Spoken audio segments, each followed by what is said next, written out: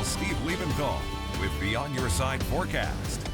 And the people there at Bronco Stadium will probably be dodging some rain and lightning over the next several days, and they are doing so now, although I don't think they're doing that work there now. But if you're outside right now, especially in Canyon County, you're hearing lightning, you're seeing some wind, you're seeing some rain falling down, and you're also seeing some small hail in some places. Here's the latest cell moving through Canyon County right now. We'll zoom right in on that and show you where it is. There's Lake Lowell right there. It's right over Lake Lowell, stretching right up to Caldwell with that thunderstorm coming through, some strong winds, some rain, some small hail, and yeah, we're going to continue to see this pattern into tomorrow afternoon. Once again, looking at Eagle, there's a storm that's developing right there, just passing to the north of Eagle.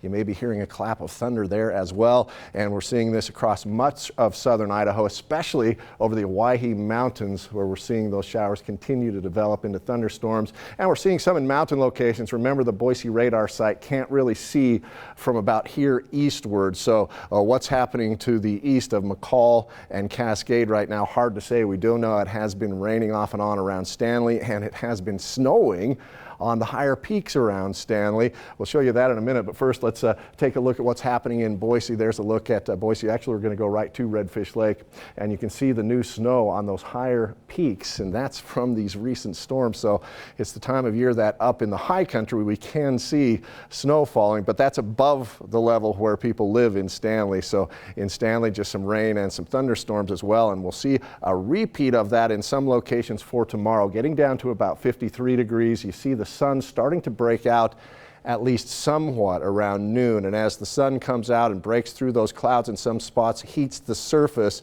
it causes convection, that warm moist air rising into the atmosphere and developing those thunderstorms. So we have that possibility again tomorrow afternoon, and we do expect to hit the mid-70s. In fact, we hit the 70s in Boise today right before those thunderstorms flared up, and we'll be right around that average range right into next Friday, and then temperatures warm into the upper 70s in many locations. But we'll continue to see unstable and moist air moving in as this area of low pressure passes slowly across southern Nevada and into Utah, and that will continue to pump that moisture in our direction. So you'll see the possibility of thunderstorms in the extended forecast almost every day for the next 6 days, but that doesn't mean it's going to rain for the next 6 days. Here's our chance of thunderstorms for tomorrow afternoon, and you see that possibility tomorrow evening in mountain locations. On Tuesday, hopefully drying things out a little bit, but we continue with that threat of thunderstorms for Wednesday, Thursday, and Friday before a warm-up next weekend. And for tomorrow afternoon, highs in the mid to upper 70s after morning lows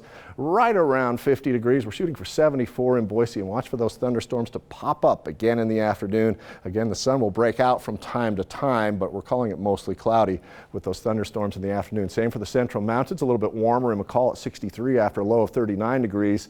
Stanley down almost to freezing at 33. You might see a snowflake mixing in the morning, and then thunderstorms in the afternoon with highs in the 60-degree range. And in the Magic Valley, another stormy day with showers in the morning, partly cloudy skies around midday, and then thunderstorms in the afternoon. Here's our extended forecast. 75 on Tuesday with the sun trying to break out again. There is a slight chance of a thunderstorm on Tuesday, but those odds really increase as we go into Thursday and Friday.